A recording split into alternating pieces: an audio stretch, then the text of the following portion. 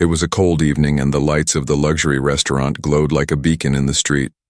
Cars passed by, couples laughed, and inside the restaurant every table was filled with people enjoying expensive meals. The smell of roasted meat and fresh bread spread through the air, and the sound of clinking glasses created a picture of wealth and comfort. But at the entrance of that same restaurant stood a man who looked out of place. His jacket was old, the buttons missing, and his shoes were worn thin. He had a tired face, with lines that told a story of struggle and loneliness. His eyes carried both sadness and hope, like someone who had seen better days but was still holding on. The waiters noticed him at once. He didn't look like the usual customers who wore fine clothes and came with reservations. Some of them frowned, worried that he would disturb the elegant atmosphere. A few whispered among themselves, "He must be lost. Maybe he is here to beg." Others even suggested that he should be turned away before anyone noticed him, standing there. But the man did not beg. He stepped slowly inside and looked around at the shining room. His eyes stopped on the grand piano that stood proudly in one corner of the restaurant. It was polished and beautiful, but nobody was playing it. The sound of soft background music from the speakers filled the silence instead. The man approached the counter where a young waiter was standing. Instead of asking for money, he quietly said, "I only ask for one warm meal." His voice was calm but carried a weight. "I can play the piano. I will give music in exchange." The waiter blinked, surprised. He had expected the man to ask for coins or leftovers, not to offer something. In return, other staff members gathered around, some chuckling at the strange request. To them it sounded unbelievable, a stranger in old clothes claiming he could play like a professional. It seemed like a joke. One waiter shook his head, whispering, "He's only trying to trick us." Another smirked. "Imagine him touching that piano, the guests will laugh." But even as they laughed, there was something steady in the man's eyes. He didn't look embarrassed or nervous. He stood tall, as if the piano was waiting for him. The noise caught the attention of the manager. She was a woman known for being strict but fair. She walked over, her heels clicking against the marble floor. Her first thought was to tell him to leave, but something in his voice, the way he had offered music instead of begging, made her pause. She studied him carefully. "What makes you think we will let you play that piano?" she asked firmly. The man gave a small smile. "Because I can," he answered. His words were simple, but there was a quiet strength in them. The manager felt a strange pull, as if she wanted to see whether he was telling the truth. After a moment of silence, she nodded slowly. "Very well," she said. "If you can play, then play. If your music has value, you will have your meal." The waiters gasped softly, surprised that she would even allow it. The man lowered his head respectfully. "Thank you," he whispered. He walked across the room, his steps steady but slow. The diners barely noticed him at first, too busy with their conversations. But a few turned their heads, curious about this unusual figure heading toward the piano. His hands trembled slightly as he reached out, not from fear, but from something deeper. Memories locked inside him. He touched the edge of the piano, and for a second his reflection in the glossy surface looked like a different man, younger, filled with dreams. He sat down carefully on the bench, adjusting himself as though he had done it 1,000 times before. Some of the guests laughed, quietly, whispering to each other. "This will be amusing," one man muttered. A woman at another table sighed, thinking it was just a stunt to earn pity. But the man ignored them. He closed his eyes for a moment, took a deep breath, and placed his fingers gently on the keys. The restaurant seemed to hold its breath. The clinking of glasses slowed and the voices softened. Something was about to happen. Nobody could imagine that a simple request for a meal was about to change the whole atmosphere of the room. The restaurant had gone unusually quiet. The man sat at the piano, his rough hands resting gently on the polished keys. The waiters stood in the background, some with folded arms, others whispering doubts to each other. The guests at their tables leaned forward, curious to see what this stranger in old clothes would do. The manager crossed her arms and watched closely. She had been running this restaurant for many years. She had seen famous musicians, wealthy businessmen, and powerful leaders sit at those tables. Yet never before had she seen someone walk in, asking for a meal in exchange for music. Something about it felt strange and yet strangely right. The man didn't rush. He let his fingers linger on the keys as if he was greeting an old friend. For a brief moment, the background music from the speakers seemed louder. But then the manager gave a small nod to the staff, and the speakers were turned off. Now there was only silence, the kind of silence that made people hold their breath. He pressed the first key and the sound was soft, almost like a whisper, a single note that hung in the air. Then another followed and another. The rhythm began to form, slow but steady. It was not the clumsy playing of an amateur. It was smooth, graceful, and filled with emotion. The waiters exchanged surprised looks. One of them, who had mocked him earlier, now bit his lip, feeling a little guilty for doubting. Another leaned against the wall, wide-eyed. The diners, who had expected to laugh, now found themselves listening carefully. The music began to grow. His hands moved faster, flowing across the keys as if they belonged there. The sound filled the room, warm and rich. It was not just music, it was a story.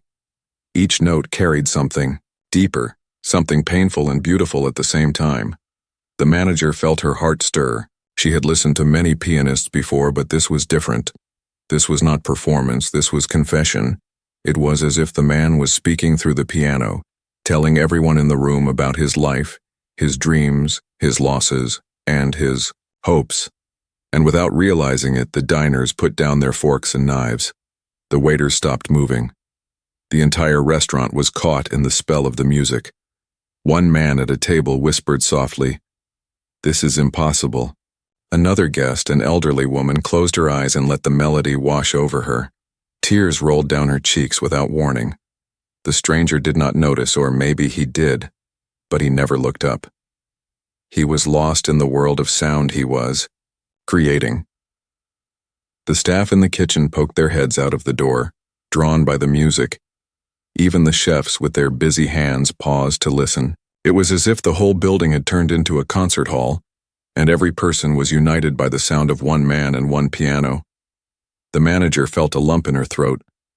She had given him permission, thinking it would be a small show, maybe even a joke. But now she realized she had given him more than permission. She had given him a chance to prove himself, and he was proving it with every single note. She remembered his words. "I only ask for a meal." How humble they had sounded. But listening to him now, she thought to herself, this man deserves more than a meal. She knew it, and slowly, she saw the guests realizing it too. The whispers began to grow around the tables. People started asking each other if they recognized the style, if they had ever heard something like this before. Some said it reminded them of great pianists they had seen in the past. Others simply shook their heads in disbelief. The man's back was straight, his eyes half closed, and his fingers moved like water. His music was no longer just a background sound for dinner. It had become the very heartbeat of the room. The laughter and chatter were gone, replaced by a silence filled with awe. And then something strange happened. A young woman at the far table gasped, covering her mouth. She whispered to her friend, "I know this music. I've heard it before, on recordings, on the radio years ago." Her friend leaned closer, eyes widening. "You mean?" The woman nodded quickly. "Yes, I think this man, he was once famous." The words spread like fire from table to table. The guests began to look at the man differently, not as a beggar in old clothes, but as someone whose story was hidden. Beneath those clothes, someone who was far more than he appeared to be. The manager's heart beat faster.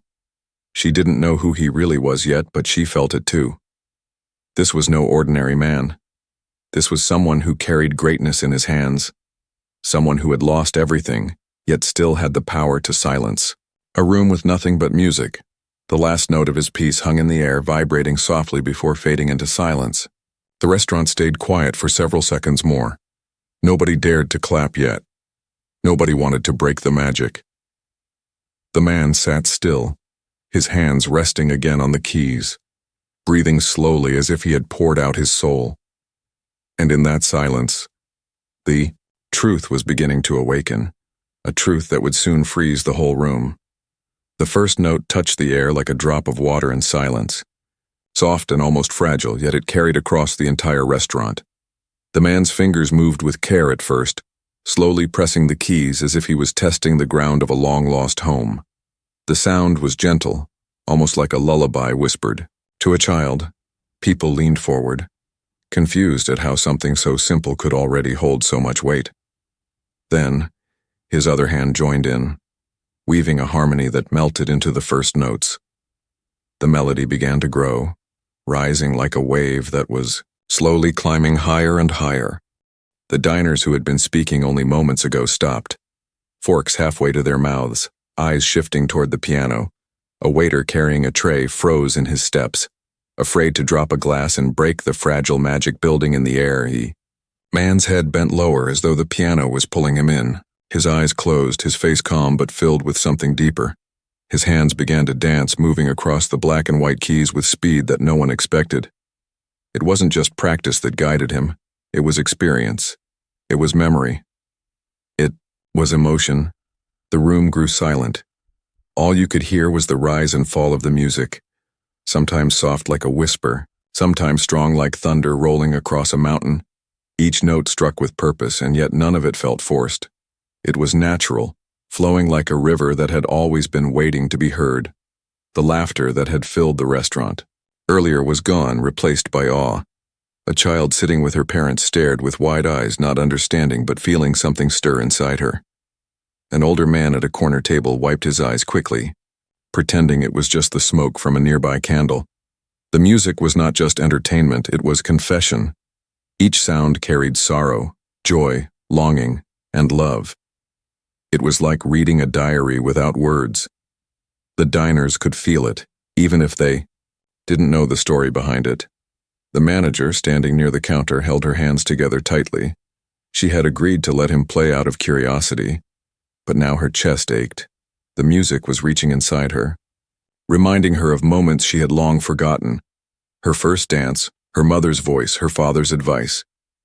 The stranger was unlocking pieces of her heart with nothing but the piano. The waiters who had mocked him earlier no longer smiled. Their eyes were fixed on his hands. The clumsy man they thought he was had vanished. In his place sat a master, someone who belonged to a world far bigger than the four walls of this restaurant. The notes began to climb higher, sharp and bright, lifting the spirits of everyone in the room. Then they fell low, heavy and slow, pulling tears from eyes that didn't even know why they were crying. It was as if the man was telling two stories at once, one of light and one of darkness, and both were true. The whispers started to grow around the tables. "Who is he?" someone asked softly. "How can he play like that?" Another murmured. But nobody had answers. They only had feelings, powerful feelings they could not hide. The man himself seemed to disappear into the music. His body swayed slightly, his head tilted, and his fingers moved faster and faster, yet not a single note was out of place. He was not just playing, he was living, reliving something inside him that the audience could only guess at. One woman at a nearby table gasped, clutching her necklace. She recognized the melody. It was not just random playing. It was a piece once performed on grand stages, a melody famous in its time. Her lips trembled as she whispered, This can't be he must be someone." Her husband leaned closer, confusion on his face, but even he began to sense the truth. The music filled every corner of the room now. It climbed the walls, it touched the ceiling, it pressed against every heart. For a moment, the restaurant didn't feel like a restaurant anymore. It felt like a concert hall, and every person inside had bought a ticket without knowing. The last part of his piece slowed. His hands moved with tenderness, as if he was saying goodbye to an old friend. The notes softened, falling one by one like raindrops on an empty street. The room stayed quiet, afraid to break the spell, even the city sounds from outside. The horns, the footsteps, seemed distant. When the final note came, it lingered in the air like smoke from a candle.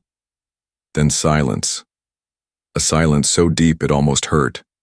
Nobody clapped, nobody spoke. They were too stunned. The man lowered his hands and rested, them on his lap. His breathing was steady, but his shoulders trembled slightly as if he had poured out more than music, as if he had given a piece of himself away, and in that silence, everyone knew. This was not just a hungry man who wanted a meal. This was someone greater, someone whose truth was waiting to be revealed, a truth that, once spoken, would freeze the entire room. The last note still hung in the air when the room fell into complete silence. It was not the kind of silence that comes from boredom or awkwardness. It was the silence of hearts that had been touched so deeply they forgot how to move. Every pair of eyes was fixed on the man at the piano. His head was still bowed, his hands resting gently on the keys as if afraid to let go. For a moment, no one dared to breathe. Then slowly the sound of sniffles broke through. A young woman wiped her cheeks, surprised to find her face wet with tears. She hadn't even realized she was crying. At another table, an older man removed his glasses and polished them quickly, embarrassed, but his red eyes gave him away. The music had not only entertained, it had reached inside each person and pulled out something hidden. Some felt the pain of loss, remembering loved ones who were no longer there. Some felt joy, recalling childhood dreams.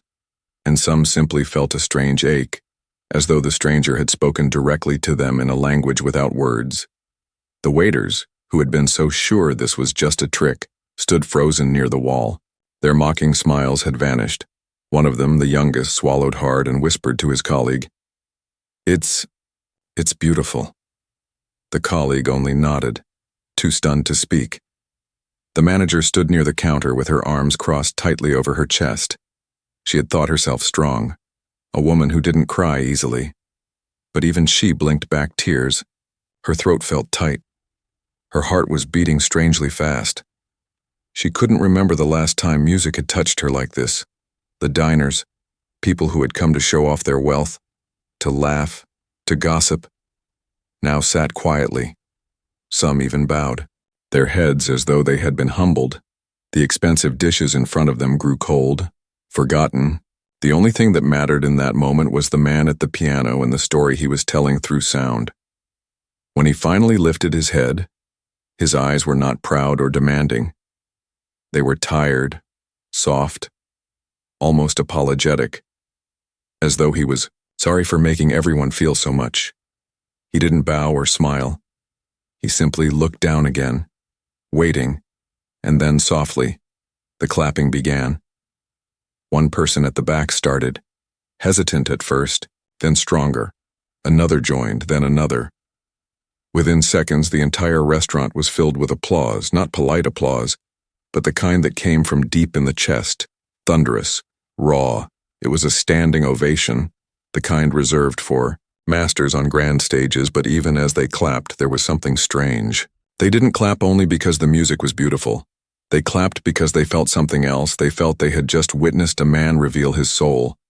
They clapped because they were grateful. Grateful for the reminder that beauty still existed even when wrapped in rags. A woman at a corner table leaned toward her husband and whispered, "Who is he?" Her voice shook. The husband shook his head slowly. "I don't know, but I think he is someone important." Another diner spoke quietly. "That song, I've heard it before many years ago." His face grew pale. "Could it be him?" The whispers grew louder, floating around the room like invisible smoke. People began to exchange theories, names, questions. But the man stayed silent, his hands folded in his lap, his shoulders hunched slightly, as if he wanted to disappear. Into the piano, the manager walked forward slowly. Her steps were steady, but her heart was racing. She stopped beside the piano, looking down at him. "Sir," she said softly, her voice trembling in a way her staff had never heard before. "That was extraordinary." The man gave a faint nod but said nothing. She hesitated, then asked, "Tell me, who are you?" The man did not answer right away. Instead, he ran one hand across the piano keys gently, producing a soft hum like a sigh. Then he whispered, "I was someone once, a long time ago. His words carried sadness, and everyone who heard them leaned. And desperate for more, the silence that followed was heavy, not empty but full. Full of questions, full of emotions that none of them could explain. Every person in that room knew they were standing on the edge of a truth that could change how they saw this stranger forever. One child, innocent and curious, broke the tension. She clapped, her little hands loudly, and shouted, "Play more, play more." The room chuckled softly, easing the heaviness, but in their eyes, the question remained. Who was this man really, and what story did his music hide? As the man sat back, he looked. Across the room, his gaze met the eyes of people who moments ago had judged him, people who thought he was worthless. Now those same people looked at him with respect, awe, even guilt. They didn't just see a beggar anymore. They saw a mystery. They saw greatness hidden under layers of hardship, and in that moment, the truth was closer than ever. It hovered in the air like a storm ready to break. The music had revealed much, but not everything. Soon, very soon, the secret would come out, a secret that would freeze the whole room in disbelief. The applause still echoed. Through the restaurant, hands clapping, voices murmuring, but soon the noise faded into whispers. People were no longer just amazed. They were curious. A question was spreading from table to table, like a secret no one could ignore. Who was this man? The woman who had gasped earlier leaned closer to her friends, her hands trembling slightly as she spoke. I know this piece, I know this style. It is not just music. At another table, a man who collected old records nodded quickly, his face pale. She is right. This is not the playing of a street musician. This is a master, a true master. I used to have his records. They sold everywhere. He was admired. Across the world, he was a star. His voice broke a little. But then, he vanished. The whispers grew stronger now, floating across the room. People began naming possibilities. Some whispered names of great pianists they remembered from the past. Others shook their heads, unwilling to believe that such a man could be sitting in front of them in worn clothes, eating scraps for survival. The man at the piano shifted slightly, his shoulders tense. He could hear the murmurs. He could feel the heavy stares on his back. But he did not speak. He only lowered his gaze and pressed a soft note again, as if trying to calm the storm that was rising. The manager stepped forward, her voice quiet but steady. Sir, forgive me, but are they right? Were you once... She could not finish the sentence, her heart pounded. The thought seemed impossible. How could a man who had filled great halls now stand before her, hungry, forgotten? The stranger looked up at her, his eyes carrying a sadness that words could not describe. He gave a faint smile, not of joy but of acceptance. Yes, he said softly, his voice shaking. I once played on stages. I once had everything. But life does not always keep its promises. Gasps filled the room. Some covered their mouths. Others stared in disbelief. A few diners even rose to their feet, unable to believe their eyes. They had read about him, seen him on posters, maybe even heard him live in their youth. Now here he was, not as a legend on stage, but as a man who had walked in asking for nothing but a meal. The young woman who had first recognized the tune began to cry openly. I remember, she whispered. I was a girl then, and you were shining. People adored you. You gave hope to so many with your music. Her words broke something inside the diners, and suddenly the whole room was filled with emotions they could not hold back. The waiters looked at one another, shame heavy in their eyes. They remembered how they had doubted him, how they had almost pushed him out onto the street. Now they stood frozen, unable to lift their heads. The youngest waiter whispered, We almost threw out a legend. His voice cracked with guilt. The manager's throat tightened. She felt tears burning behind her eyes. She had given him permission, only out of curiosity, never expecting this.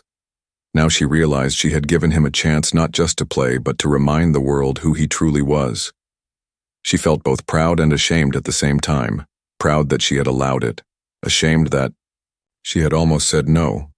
The stranger placed both hands on the piano again. His fingers trembled slightly, his voice was low, but everyone heard it. I lost it all, the fame, the wealth, the family. When sickness came, I could not play. When I was weak, the world moved on. And when I finally returned, there was no stage waiting for me, only silence. His words cut through the room like a blade, sharp, honest, painful. Many guests bowed their heads, unable to look at him. Some remembered how quickly the world forgets its heroes, how easily people turn their backs. The music had already touched their hearts, but now the truth broke them even more.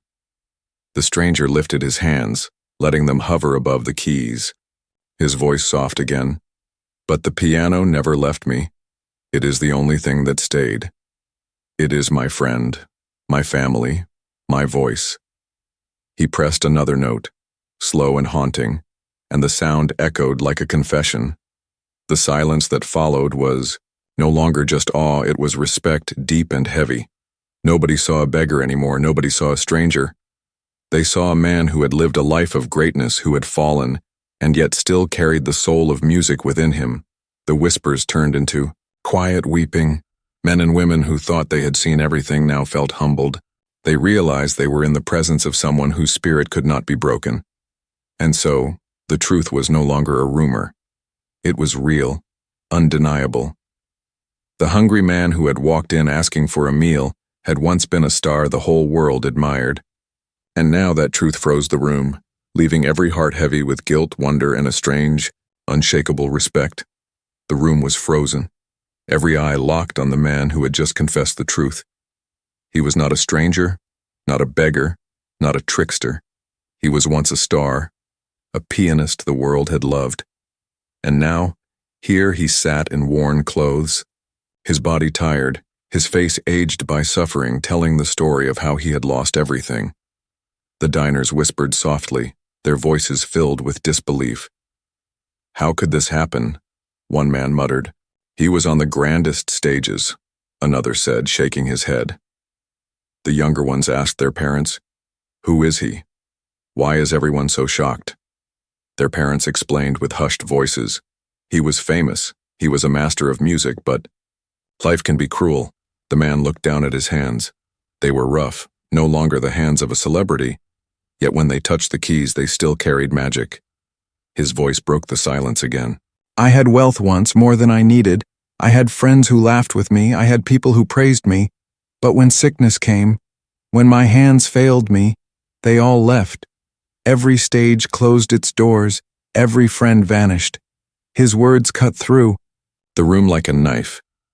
People shifted in their seats, uncomfortable with the truth. It was a reminder that fame and fortune are fragile, that people love you only as long as you can give them something.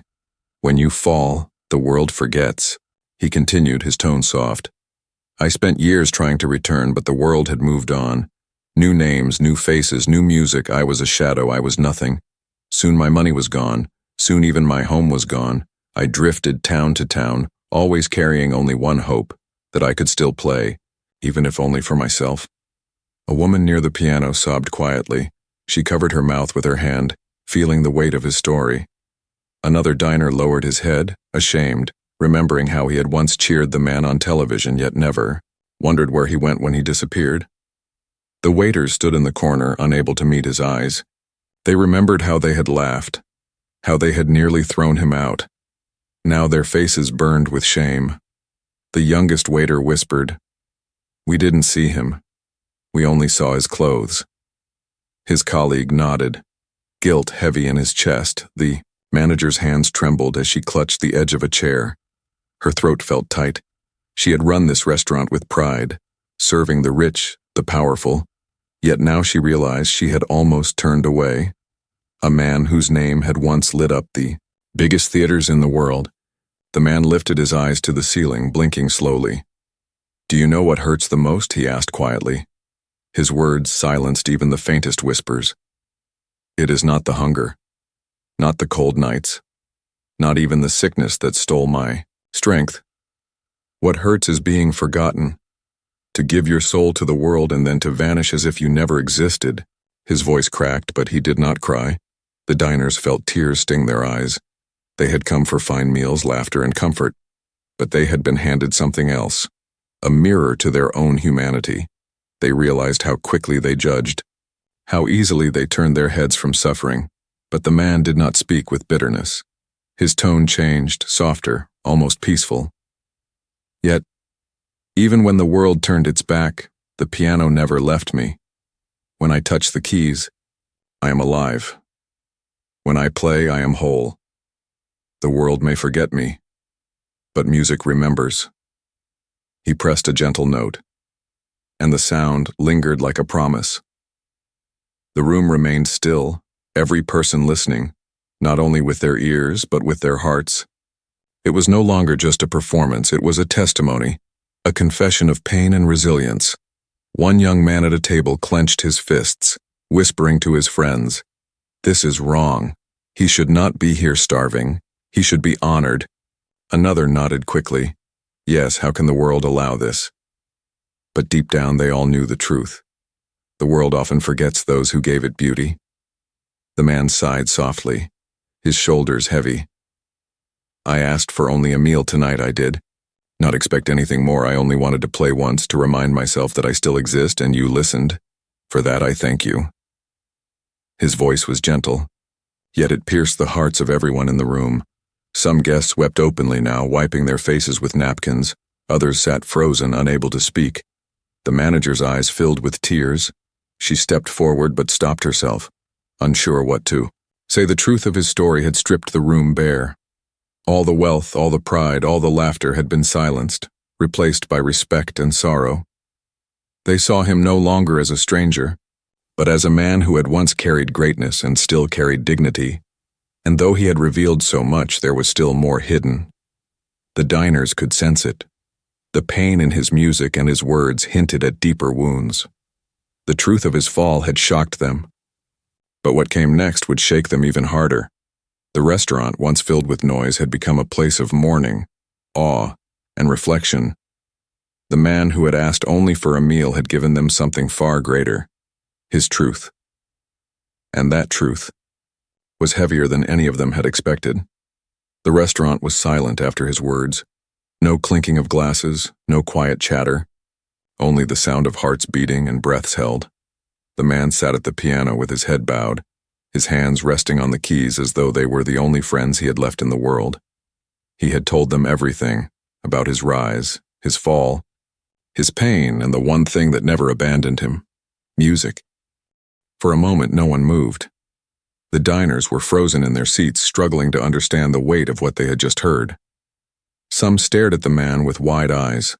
Others looked down in shame, realizing how quickly they had judged him when he first entered. The waiters near the wall stood stiff, guilt burning in their hearts. They had nearly thrown out a man who had once been celebrated around the world. And then, slowly, the man lifted his hands again. His fingers trembled, not from weakness but from emotion. He pressed one key, soft and gentle, then another. The notes floated into the silence like light breaking through darkness. He was not playing for money, not for fame, not even for recognition. He was playing for his soul, for the piano that had always been his companion. The melody was different this time, softer, slower, almost like a farewell. Each note carried gratitude, as if he was thanking the people for listening, thanking the piano for staying with him, thanking life itself for allowing him this one moment of truth. The diners leaned forward, unable to look away. Tears rolled down the cheeks of women and men alike. Some clasped their hands together as though they were in prayer. Others closed their eyes, letting the music carry them away. The manager stood near the counter, her hand pressed against her mouth. She felt her chest tighten with emotion. She had seen performers before, but this was not a performance. It was something deeper, something sacred.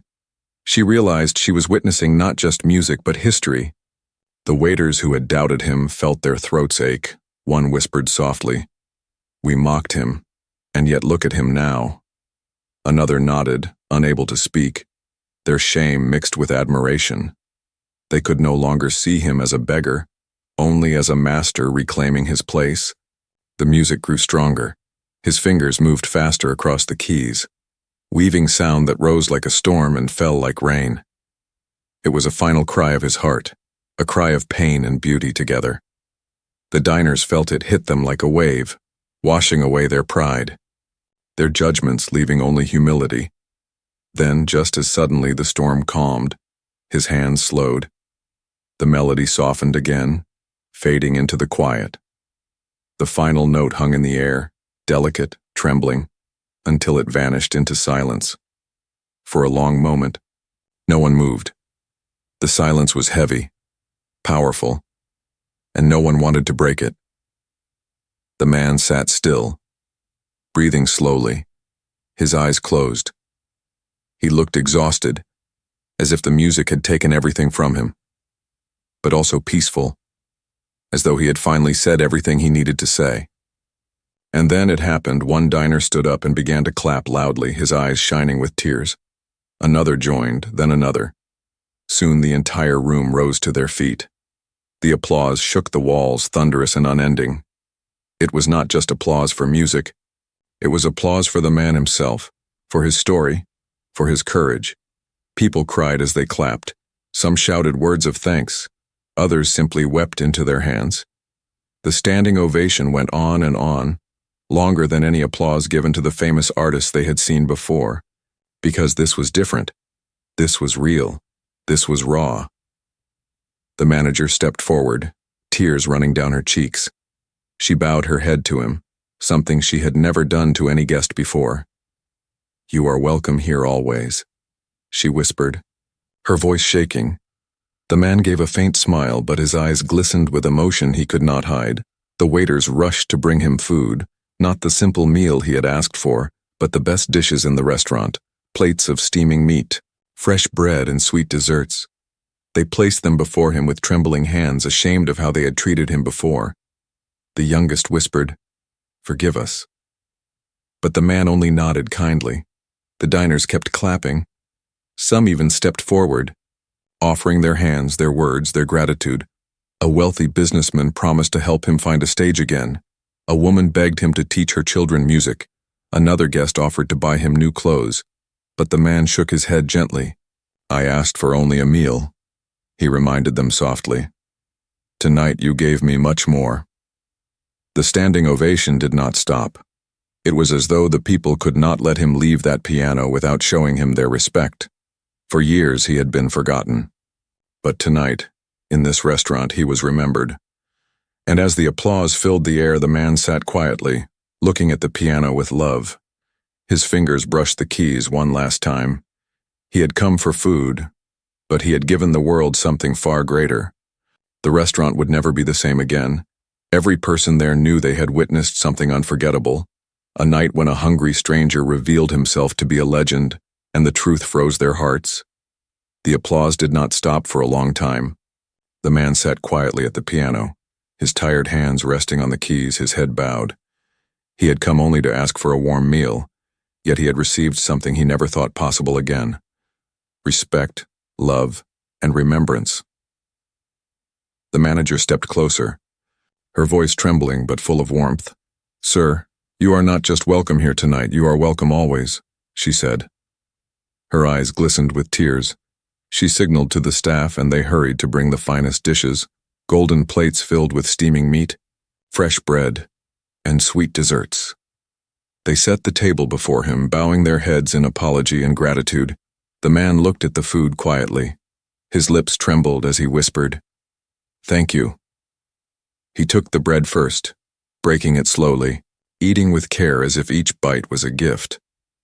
The diners watched silently, not with judgment, but with honor, knowing they were witnessing a moment far greater than any expensive meal could buy. But the night did not end there. People began to approach him one by one. A businessman came forward, his hand on his chest. "You should not be forgotten, sir. I will make sure the world hears you again. I have friends, contacts. I will open doors for you." The man only smiled softly, nodding, grateful but humble. A woman stepped forward with her 2 children, her voice shaking. "Please, will you teach them? They need to learn not just music but the heart behind it. And you, sir, have the greatest heart I have ever seen." The children looked at him with wide eyes, hopeful and innocent. The man placed a gentle hand on their heads and whispered, If they love the piano will love them back. The whispers of the diners spread beyond the restaurant. Phones came out. Recordings of his music that night were shared online. Within hours, people across the city were watching, sharing, and asking the same question. Is this really him, the lost pianist, the master who vanished years ago? By the next morning, his story was everywhere. News channels called it a miracle. Headlines spoke of the forgotten star found in a restaurant. Musicians across the world shared his name again, remembering the inspiration he once gave them. People who had long thought him dead now realized he was alive, though scarred by life, yet still carrying greatness. Back at the restaurant, the man returned the next day, not because he wanted more food, but because he had been asked to play again.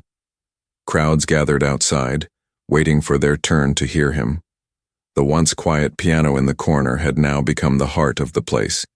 The manager, now proud, told her staff, "He will never be turned away again, not in this place. He is family here." The waiters nodded, their shame turned into respect. They served him with smiles, eager to show they had learned their lesson. The man sat at the piano once more, his hands trembling less now, his heart lighter. He played not for survival but for joy.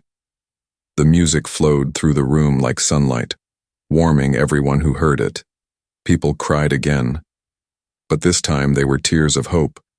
Opportunities poured in, invitations to music schools, offers from concert halls, promises from students who wanted to learn under him, but he never asked for much. He reminded everyone, "I only ever wanted to play. I only ever wanted to share music." And so his second life began. The man who walked in hungry found himself lifted by the same gift that once made him great. No longer forgotten, no longer invisible. His music had reminded the world that true art never dies. It only waits for someone brave enough to play it again. In the weeks that followed, the restaurant became famous not for its food but for the man at the piano. People came not to eat but to listen. They called it, "The Night Music Returned," and those who were there on that first evening told the story again and again. How a man asked for a meal and froze the whole room with truth. The man himself never let pride return to his heart. He smiled kindly, he played gently, he thanked everyone who listened. He knew life had taken much from him, but it had given him one more chance, and that was enough. And so, the stranger who once knocked on a restaurant's door hungry became something more, a reminder to the world that greatness may fall, but it never disappears. It waits, and with just one note, it can rise again.